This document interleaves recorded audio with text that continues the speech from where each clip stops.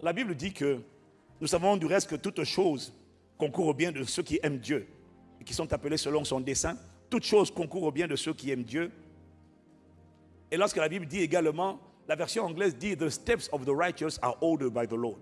La version française, je vais vous le dire avec la version du semeur, il dit, lorsque la conduite, en Proverbe 37 au verset 23, il dit, lorsque la conduite de quelqu'un lui plaît, l'Éternel lui donne d'affermir sa marche dans la vie. En gros, ce que ce texte dit simplement, c'est que les pas de la personne qui plaît à Dieu sont toujours, pas seulement conduits, mais conduits et établis, affermis, enracinés. Ça veut dire qu'en fait, en vérité, nous, on voulait être ici depuis longtemps. On rêvait d'être là depuis longtemps, de quitter là où on était, et puis Dieu n'a pas permis. Alors au début, ça nous frustrait, jusqu'à ce que je comprenne par révélation que Dieu est un Dieu. Dieu, il fait toutes choses belles en son temps. Nous, on voulait aller avant, mais lui, il ne voulait pas. C'est seulement après que j'ai compris qu'en fait, pour Dieu, tout est question de symbole. Rien n'arrive par hasard. Quand il dit « toute chose concourt au bien de ceux qui aiment Dieu », ça signifie que même les portes fermées sont permises par Dieu pour un but.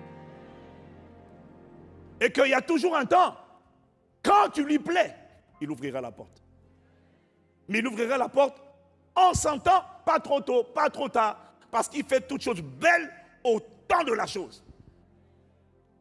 Alors il m'a donné le témoignage intérieur, parce qu'en vérité, il voulait qu'on rentre à la cité royale le jour de Pâques.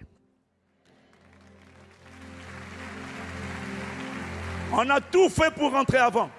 Il n'a pas permis. Il voulait que ce soit le jour de Pâques. Pourquoi?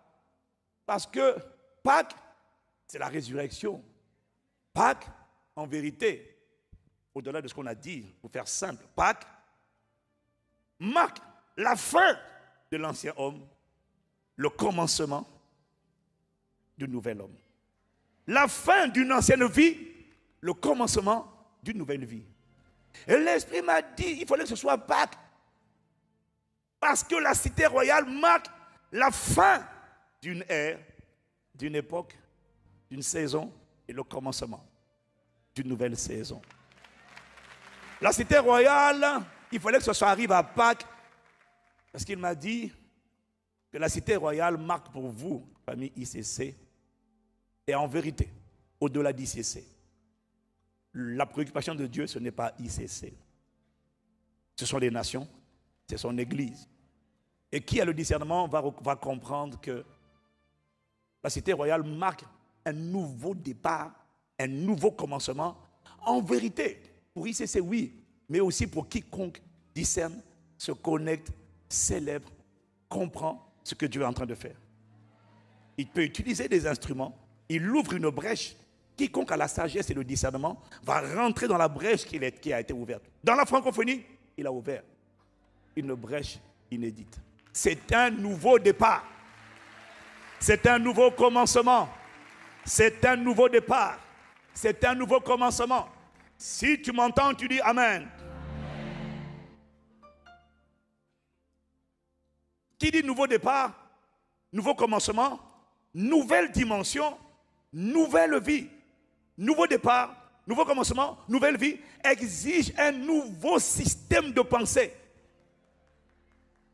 Quand Dieu dit nouveau départ, nouveau commencement, ça ne veut pas dire que tu n'as jamais commencé. Ça veut dire qu'une boucle se ferme. Ça ne veut pas dire qu'avant tu n'as rien fait. Quand on dit nouveau départ, ça ne veut pas dire qu'il n'y a pas eu un chemin parcouru avant.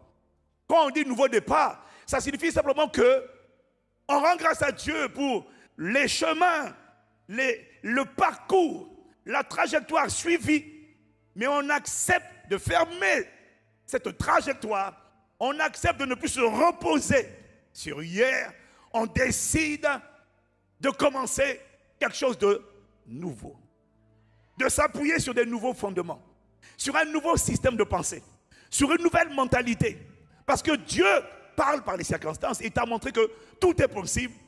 Et ce que tu vois là n'est pas le fruit du hasard. C'est un message envoyé par Dieu. À quiconque s'est discerné, comme les fils d'Isaacar, en lisant les temps et les circonstances de la vie. Est-ce que quelqu'un est là? C'est un nouveau départ pour l'Église de Christ globale dans la francophonie. C'est un nouveau commencement. C'est une nouvelle ère.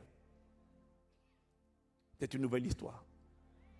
Et il m'a dit une nouvelle dimension, un nouveau commencement, un nouveau départ ne signifie pas qu'il n'y a rien eu de fait.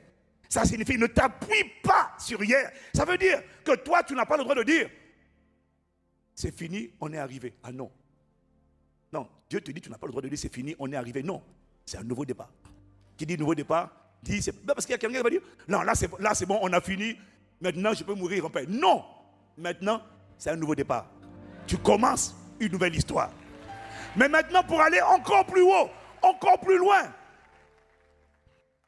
avec Dieu, pour accomplir des œuvres d'une nouvelle dimension, d'un nouveau témoignage, d'un nouvel impact. Et parfois, comme a dit quelqu'un, ton pire ennemi, ce sont tes succès d'hier. Donc, ne vois pas la cité royale comme une finition. Voilà la cité royale comme un défi. Parce qu'on demandera beaucoup à celui à qui on a beaucoup donné. Voilà la cité royale comme un défi, comme un challenge que Dieu te donne. Ok, maintenant, je vous ai donné une infrastructure. J'ai mis à disposition pour Impact Centre Chrétien, pour le corps de Christ, pour la communauté, pour la région Île-de-France et même pour ceux qui de province pourront organiser des événements à Paris. J'ai mis une infrastructure disponible à tout tant que c'est exploité dans le respect des valeurs des contributeurs qui ont donné de leur contribution pour la réalisation de cet édifice. Dis avec moi, nouveau départ. Mais nouveau départ exige un nouveau mindset. Nouveau départ, ça signifie qu'on ne s'appuie pas sur les acquis d'hier. Ça veut dire qu'on est prêt à sortir des zones de confort. On ne se repose pas sur hier. On accepte un nouveau système de pensée. On refuse d'être satisfait. Et on dit, Seigneur, il y a plus à faire. Il y a des nations à gagner. Il y a des vies à sauver. Il y a un impact à avoir. Il y a des vies à transformer. Il y a un amour à répondre. Il y a une bonne nouvelle à propager.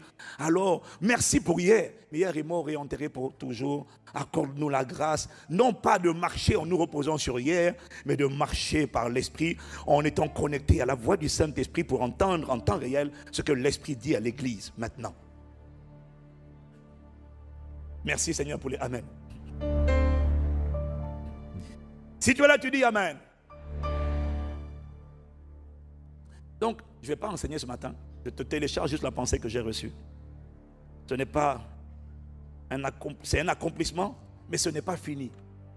Ça commence. Et pour comprendre là où Dieu nous amène, il faut adopter un nouveau système de pensée. Ça veut dire qu'il faut être prêt à laisser tomber ce qu'on a fait avant.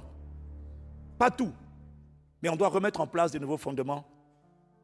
Et on doit plus que jamais mettre le cap sur les desseins de Dieu. Ce qu'on a commencé, mais qu'on doit faire mieux. Regarde, examiner en arrière. Qu'est-ce qui n'a pas été productif? Qu'est-ce qui a produit peu de fruits?